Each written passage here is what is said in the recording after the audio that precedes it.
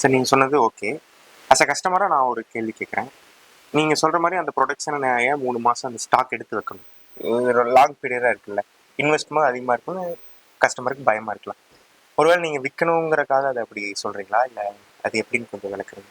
Okay, இப்போ இதில் உங்களோட பிராண்டை நீங்கள் ஒரு கஸ்டமர்கிட்ட எடுத்துகிட்டு போகணும் அப்படின்னா நீங்கள் அதுக்காக என்ன பண்ணியிருப்பீங்க? ஒரு டிஜிட்டல் மார்க்கெட்டிங் பண்ணியிருப்பீங்க, ஒரு வெப்சைட் ப்ரொமோட் பண்ணியிருப்பீங்க. ஸோ இந்த மாதிரிலாம் நீங்கள் டெவலப் பண்ணியிருந்திருப்பீங்க. அதுக்கு எவ்வளோ காஸ்ட் இன்வெஸ்ட்மெண்ட் பண்ணுறோம்? ஸோ அந்த காஸ்ட் எல்லாமே பண்ணி நம்ம கரெக்டான ஆடியன்ஸ்கிட்ட நம்ம கொண்டு போய் சேர்த்திட்டோம்னா கிடையாது.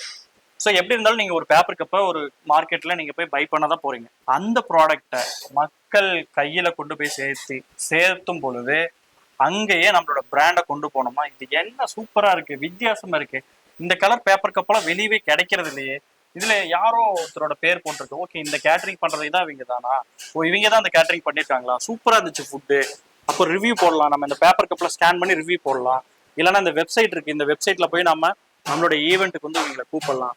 ஸோ அங்கேயே லீட் ஜென்ரேட் ஆகும், அங்கேயே உங்களுக்கு சேல்ஸ் கிடைக்கும். அப்போ நம்மளோட சேல்ஸ்க்காக வெறும் 80,000 ரூபா, 1 லட்ச ரூபா இருந்தால் போதும் இந்த ஸ்டார்டிங் ஸ்டேஜ் இன்வெஸ்ட்மெண்ட்டுக்கு. உங்களோட பிராண்டை நாங்கள் ப்ரொடியூஸ் பண்ணி கொடுத்துட்றோம், அதை நீங்கள் உங்கள் இடத்துல வச்சு உங்கள் ஈவெண்ட்டுக்கெல்லாம் நீங்கள் யூஸ் பண்ணிக்கலாம். அப்போ உங்களுக்கு பேப்பர் கப் வேணுமா, பேப்பர் கப்பை ரொம்ப குவாலிட்டியாகவும் கஸ்டமைஸ்டாகவும் உங்களோட பிராண்டை டெவலப் பண்ணுற விதமாகவும் நாங்கள் சப்ளை பண்ணிகிட்ருக்கோம். உங்களுக்கு எப்போ வேணும்னாலும் நீங்கள் எங்களை காண்டாக்ட் பண்ணலாம்.